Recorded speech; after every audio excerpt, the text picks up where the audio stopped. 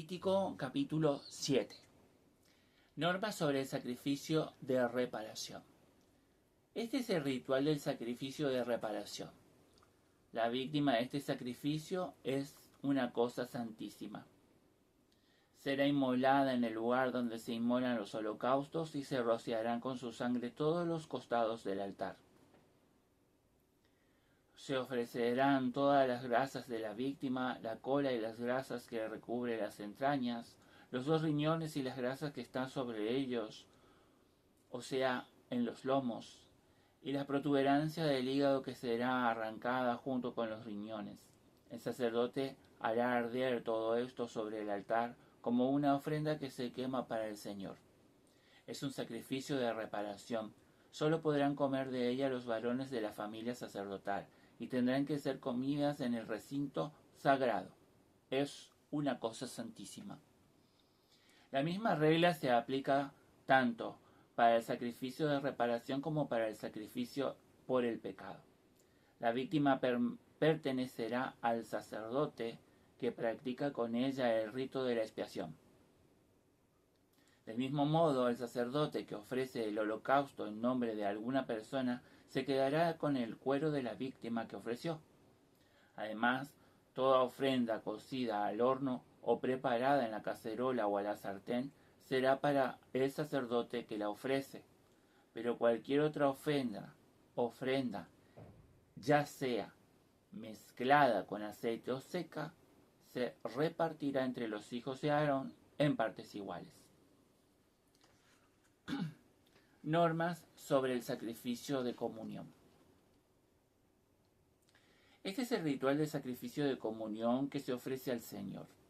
Si la persona lo ofrece en acción de gracia, junto con ese sacrificio, deberá presentar una rosca sin levadura, mezcladas con aceite, galletas sin levadura, untadas con aceite, y harina de la mejor calidad, bien embebida en aceite. Presentará esta ofrenda junto con el sacrificio de comunión que se ofrece en acción de gracias, añadiendo además unas tortas de masa fermentada.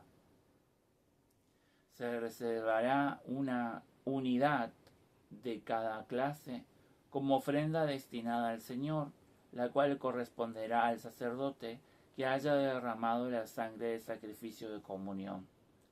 La carne del sacrificio de acción de gracias deberá ser comida el mismo día en que se ofrece el sacrificio, sin dejar nada para el día siguiente.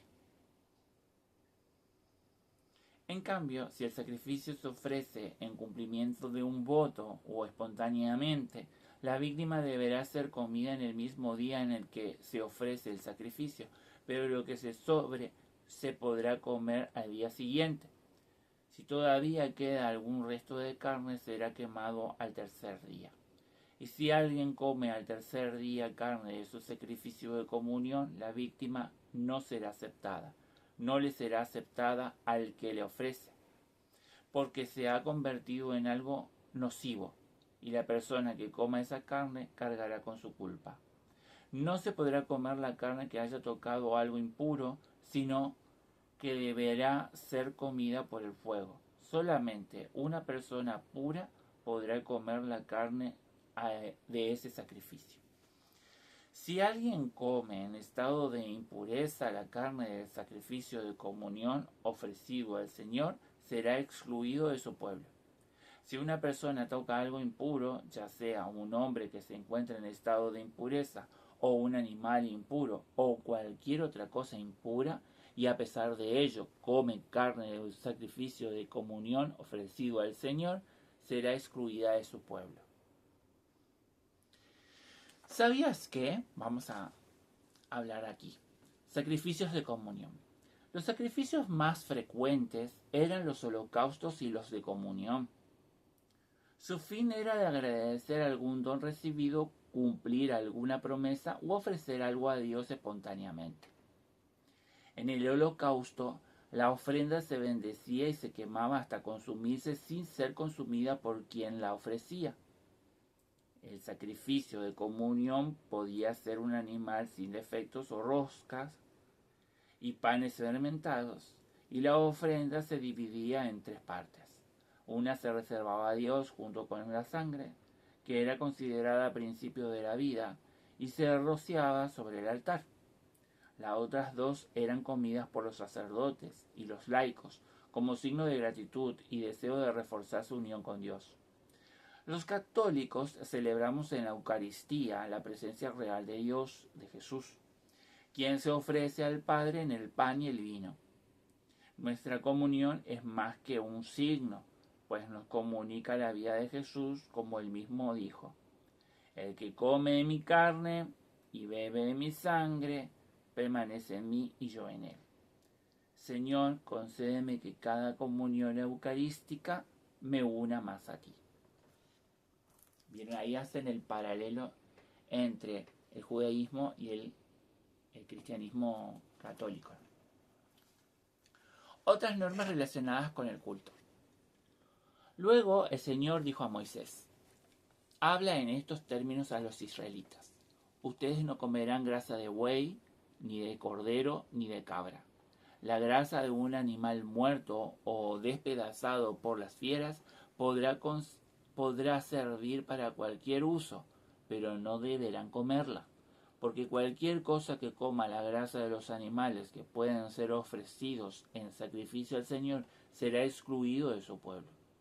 Tampoco comerán la sangre de ningún pájaro o de cualquier otro animal, cualquiera sea el lugar donde ustedes vivan. El que coma sangre será excluido de su pueblo. Luego el Señor dijo a Moisés: habla en estos términos a los israelitas: el que ofrezca al Señor un sacrificio de comunión, le presentará una parte de la víctima sacrificada en la calidad de ofrenda.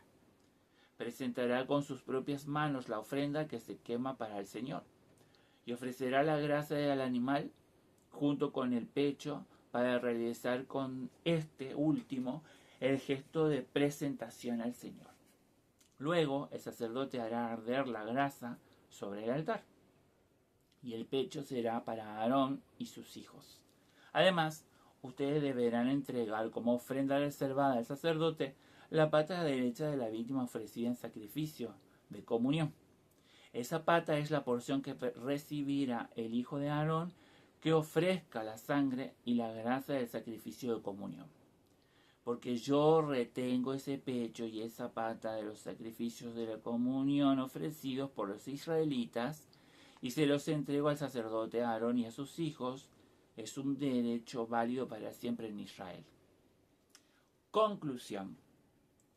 Esta es la parte que corresponde a Aarón y a sus hijos, de las ofrendas que queman para el Señor, desde que fueron investidos para servir al Señor como sacerdotes. Esto es lo que el Señor mandó que se le diera, desde el momento en que fueron ungidos, como un derecho que ellos tendrán siempre sobre los israelitas a lo largo de las generaciones.